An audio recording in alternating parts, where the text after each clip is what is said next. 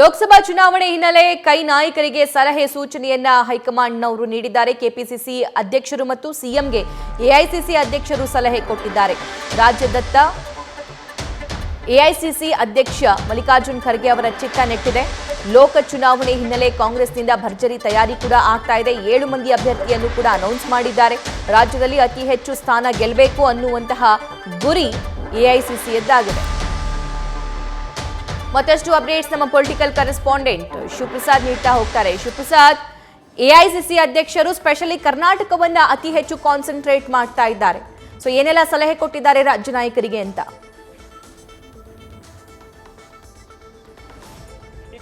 ಲೋಕಸಭೆ ಚುನಾವಣೆ ಹತ್ತಿರವಾಗ್ತಾ ಇರ್ತಕ್ಕಂಥ ಈ ಸಂದರ್ಭದಲ್ಲಿ ಪ್ರಮುಖವಾಗಿ ಕರ್ನಾಟಕದಲ್ಲಿ ಹೆಚ್ಚಿನ ಸ್ಥಾನವನ್ನ ಗೆಲ್ಲಬೇಕು ಅಂತಕ್ಕಂಥ ಸೂಚನೆಯನ್ನ ಸಿಎಂ ಹಾಗೂ ಡಿಸಿಎಂ ಸೇರಿದಂತೆ ರಾಜ್ಯ ಕಾಂಗ್ರೆಸ್ ನಾಯಕರಿಗೆ ಎಐಸಿಸಿ ಅಧ್ಯಕ್ಷ ಮಲ್ಲಿಕಾರ್ಜುನ್ ಖರ್ಗೆ ಅವರು ನೀಡಿದ್ದಾರೆ.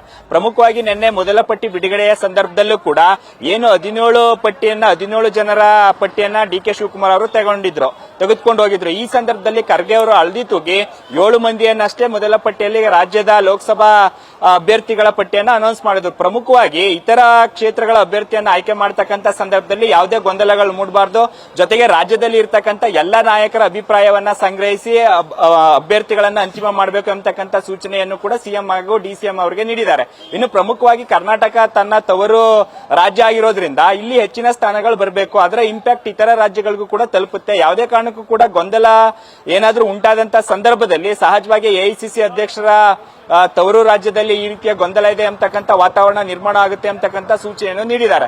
ಇದರ ಜೊತೆಗೆ ಪ್ರಮುಖವಾಗಿ ಎಲ್ಲ ನಾಯಕರ ಜೊತೆ ಅಭಿಪ್ರಾಯ ಸಂಗ್ರಹ ಇರಬಹುದು, ಮತ್ತೆ ಅಭ್ಯರ್ಥಿಗಳ ಆಯ್ಕೆ ವಿಚಾರದಲ್ಲಿ ಎಲ್ಲರ ಅಭಿಪ್ರಾಯಗಳನ್ನು ಸಂಗ್ರಹ ಮಾಡಬೇಕು, ಆಲಿಸಬೇಕು ಅಂತಕ್ಕಂಥ ಸೂಚನೆಯನ್ನು ಕೂಡ ಡಿಕೆ ಶಿವಕುಮಾರ್ ಅವರಿಗೆ ನೀಡಿರೋದರ ಜೊತೆಗೆ ಕಳೆದ ಸಾರ್ವತ್ರಿಕ ಚುನಾವಣೆಯಲ್ಲಿ ಯಾವ ರೀತಿ ಒಮ್ಮತವಾಗಿ ಎಲ್ಲ ನಾಯಕರುಗಳು ಕೂಡ ಚುನಾವಣಾ ಪ್ರಚಾರದಲ್ಲಿ ಅಭ್ಯರ್ಥಿಗಳ ಆಯ್ಕೆ ವಿಚಾರದಲ್ಲಿ ಮಾನದಂಡಗಳನ್ನ ಪಾಲನೆ ಮಾಡಿದ್ರು, ಅದೇ ಮಾದರಿಯಲ್ಲಿ ಲೋಕಸಭೆ ಚುನಾವಣೆಗೂ ಕೂಡ ಪಾಲನೆ ಮಾಡಬೇಕು ಅಂತಕ್ಕಂಥ ಸೂಚನೆಯನ್ನ ನೀಡಿದ್ದಾರೆ.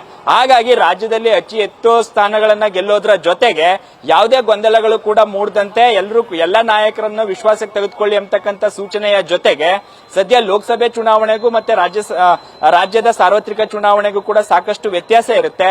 ಆ ಕಾರಣಕ್ಕಾಗಿ ಸದ್ಯ ಗ್ಯಾರಂಟಿ ಯೋಜನೆಗಳಿರ್ಬೋದು ಮತ್ತೆ ಕೇಂದ್ರ ಸರ್ಕಾರದ ವೈಫಲ್ಯಗಳನ್ನ ಇಟ್ಕೊಂಡು ಮುಂದೆ ಹೋಗಿ ಅಂತಕ್ಕಂಥ ಸೂಚನೆಯನ್ನು ಕೂಡ ನೀಡಿದ್ದಾರೆ. ಆ ಕಾರಣಕ್ಕಾಗಿ ಮೊದಲ ಪಟ್ಟಿಯಲ್ಲಿ ರಾಜ್ಯದಲ್ಲಿ ಸಾಕಷ್ಟು ನಿರೀಕ್ಷೆಗಳನ್ನ ಇಟ್ಕೊಂಡಂತ ನಾಯಕರಿಗೆ ಈವರೆಗೂ ಕೂಡ ಟಿಕೆಟ್ ಘೋಷಣೆ ಆಗಿಲ್ಲ.